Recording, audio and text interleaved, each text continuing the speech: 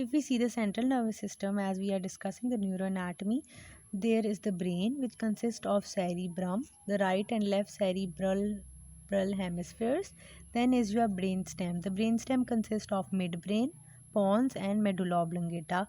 The medulla oblongata further is continuous as the spinal cord in your vertebral column. The spinal cord is further divided into the cervical, thoracic, lumbar, sacral, and coccygeal segments. The spinal cord ends into the phylum terminate at the level of L1 or L2. Besides the brainstem, there are cerebellar hemisphere, cerebellum. Now, if we see the cross section of spinal cord, the cross section of spinal cord consists of an H-shaped gray matter and the white matter. If it is almost H shape, and if we see the white matters, this is the posterior white matter, this is the anterior white matter, and this is your lateral white matter. The white matter is connected with each other with an anterior white commissure. Commissure means that connects the two parts. Then is the anterior fissure. This is the anterior median fissure. If we and there is a central canal in the middle. That cavity is continuous with the medulla, and then the fourth ventricle, the third ventricle, and the lateral ventricles, where CSF is produced, and it runs all along the central canal of the spinal cord. If we besides the central canal, there is the gray matter of the spinal cord. The gray matter also consists of the posterior gray matter or posterior gray horns and the interior gray matter or interior gray horns. They are also connected by the gray commissure. The gray commissure is divided. Anterior to the central canal is the anterior gray commissure, and posterior to the central canal is the posterior gray commissure. If we see the anterior gray horn or anterior gray part of the spinal cord, it has two fibers, the alpha afferents and the gamma afferents. They are divided into the medial, central, and lateral groups. The medial group takes the sensations from your neck, trunk, and the trunk consists of the abdomen and your thorax. The central consists of sensations of two nucleus, the phrenic nucleus, which is in the cervical region, and in the lumbosacral region, the lumbosacral nucleus. The phrenic nucleus supplies the sternocleidomastoid, the trapezius, and your phrenic diaphragm. The lumbosacral nucleus function is not identified. If we see the lateral group consists of the sensations from the upper limb and the lower limb. If we see the posterior gray column consists of four cells. Number one is the substantia glatinosa, that is in the middle of the posterior gray column, and it runs throughout the segments of the spinal cord, that are cervical, thoracic, lumbar, etc. The nucleus proprius is number 2, which is situated anterior to the substantia glatinosa. Substantia glatinosa conducts the sensations of pain, temperature, and touch, and then the nucleus proprius takes sensation of the pressure, 2-point discrimination, and your vibration, that is situated anterior to the substantia glatinosa. Substantia glatinosa and the nucleus proprius runs all throughout within the spinal cord.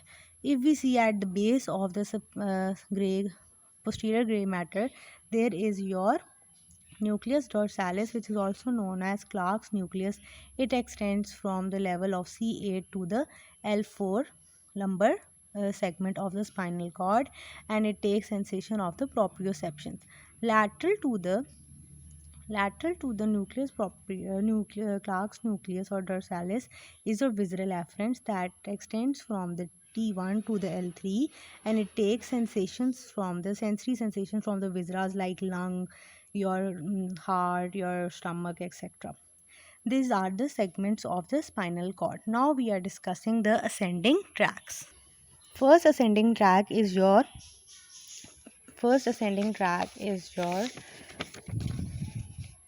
lateral spinothalamic tract, which takes the sensation of pain and temperature.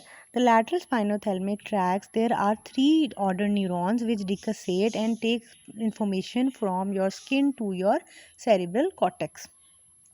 As we see, the first order neuron lies in the free nerve ending that are present in your skin.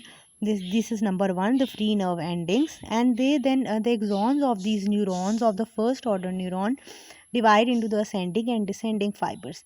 The ascending and descending fibers travel to 2 to 3 segments ascendingly and descendingly below 2 to 3 segments of a specified segment. For example, if we see T1, the ascending fibers will travel to C8 and C7, and the descending fibers will travel to T2 and T3.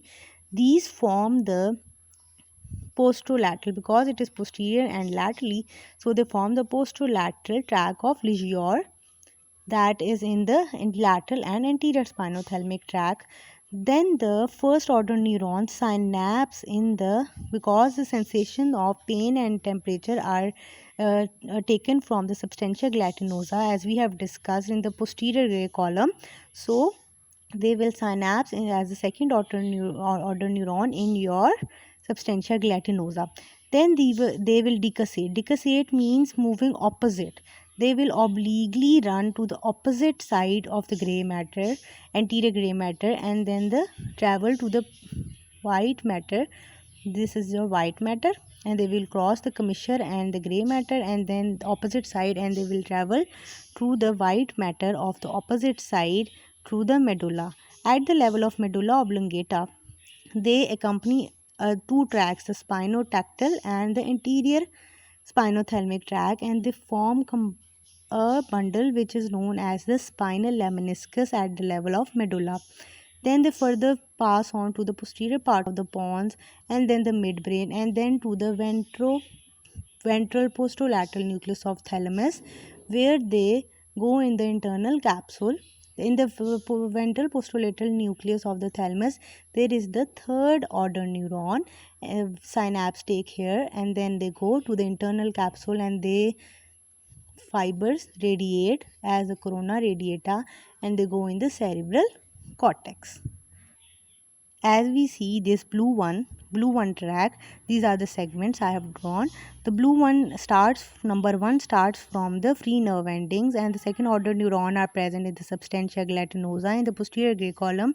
Then they decussate to the opposite side in the white matter, and they go to the lower part of the medulla, and they form the spinal lemniscus. Then they pass posterior to the upper part of the medulla, then posterior to the pons, and then the midbrain, and then they go in the thalamus, ventral posterolateral nucleus of thalamus, and then in the internal capsule, and then they radiate as corona radiata and to the cerebral cortex, and the sensations are received in the cerebral cortex.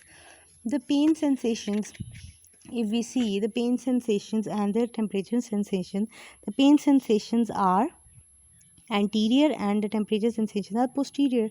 And then when they travel along the segments of the spinal cord like this, if they travel along the spinal cord, these sensations, the sensations are added anteromedial to the track.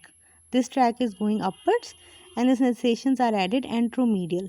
So the sacral sensations will be the most lateral one. If this is the track, there is the sacral sensation added, then the thoracic, lumbar, thoracic, and then the cervical. So the cervical and the sacral. Cervical will be the most medial to the sacral fibers in the tract of the lateral and anterior spinothalamic tract. The anterior spinothalamic tract is a mirrored image of the lateral spinothalamic tract, and it travels along like the same pathway from the first to the free nerve endings, and then they decussate, and then they move upwards in the medulla as the spinal lemniscus, then the pons, then the midbrain, the VPL nucleus, then they radiate in the internal capsule as corona radiata, and then the cerebral cortex. The difference is that it is lateral to the lateral spinothalamic tract, and it takes the sensation of light, touch, and pressure. These tracts are same. The pathway is same. If we see the next tract, that is the posterior gray column, or the tract of the facialis, gracilis, and cuneatus, that take the sensation of discriminative touch, the 2-point discrimination, and vibration. These are the three things that are taken by the facialis, gracilis, and cuneatus. If we see the alphabetic order, C comes first and G afterwards. So C takes the sensation from the cervical region and the upper 6 thoracic segments, and the gracilis comes alphabetically after C, so it takes sensations from the lower 6 thoracic and the lumbar regions. They enter into the posterior gray column in the Clark's nucleus or nucleus dorsalis proprioception. Then they travel same. They will not decussate as we have seen in the lateral and anterior spinothalamic tract. These are decussating, moving opposite, but this track will not decussate. Nucleus, the facilis, gracilis and cuneatus, they will travel along the medulla, and there is only first order neuron here. The second order neuron lies in the medulla, and there are two nucleus present. Number one is the nucleus cuneatus for the facilis cuneatus and nucleus gracilis for the facilis gracilis. They will both enter. They will form two types of fibers: the external arcuate fibers, which the facilis cuneatus will form the external arcuate fibers that will enter into the cerebellum through the inferior cerebellar peduncle and form the cunocerebellar tract. This is a different track. The majority of the facilis, gracilis and cuneatus will synapse in the nucleus gracilis and cuneatus, and they form the internal arcuate fibers, and these internal arcuate fibers will decussate. These are at, if we see, this is the right side and this is the left side. This is a traveling right side upwards. In the medulla, the nucleus gracilis and cuneatus have the second daughter neuron. They will synapse here. Then they form the internal arcuate fibers that will run along the medulla, and the external arcuate fibers that will enter through the inferior cerebellar peduncle into the cerebellum. The internal arcuate fibers will decussate as the sensory decussation at the level of the medulla, and then they will enter the left side and then pass to the pons and the midbrain and the VPL nucleus, and then the thalamus VPL nucleus, then the internal capsule, corona radiata and the cerebral cortex. The sensory tracts or the ascending tracts is like, because they are ascending spinothalamics from the spinal cord to the thalamus, and then there is the posterior gray column that runs from the posterior column to the spinal cord. Then there are some tracts. If we see this one, this black one, this is the facilis cuneatus and gracilis, black one, that is entering into the posterior gray column, and it is not decussating and traveling along the medulla. In the lower part of the medulla, there are the external arcuate fibers that will enter the cerebellum to the inferior cerebellar peduncle. The internal arcuate fibers will have sensory decussation and they enter the opposite side, and then they travel along the upper part of the medulla, then the pons, then the midbrain, and then the thalamus VPL nucleus, and they have the third daughter neuron here, and then they will radiate as corona radiata into the cerebral cortex. If we see another tag, that is the anterior and the posterior spinocerebellar. Spinocerebellar means from the spinal cord to the cerebellum.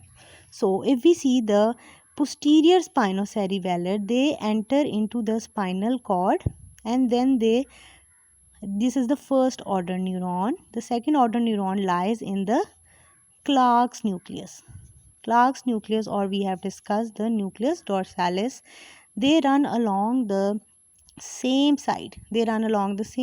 Of the white column, posterior white column of the spinal cord, and they run along the medulla oblongata, and at the level of medulla oblongata they enter into the cerebellar hemispheres of the same side. As they are fibers of the right side, they will enter the right cerebellar hemisphere through the inferior cerebellar peduncles. There are three cerebellar peduncles: superior, middle and inferior. Superior connects the midbrain to the cerebellum, the middle connects the pons to the cerebellum, and the inferior cerebellar peduncle connects the medulla oblongata to the cerebellum. So medulla oblongata fibers are till here, and then they enter into the inferior cerebellum peduncle into the cerebellum. These take posterior spinocerebellar tracts take sensations from the lower limb and most of the trunk, because the nucleus dorsalis is from the C8 to the L3, not within the whole spinal cord.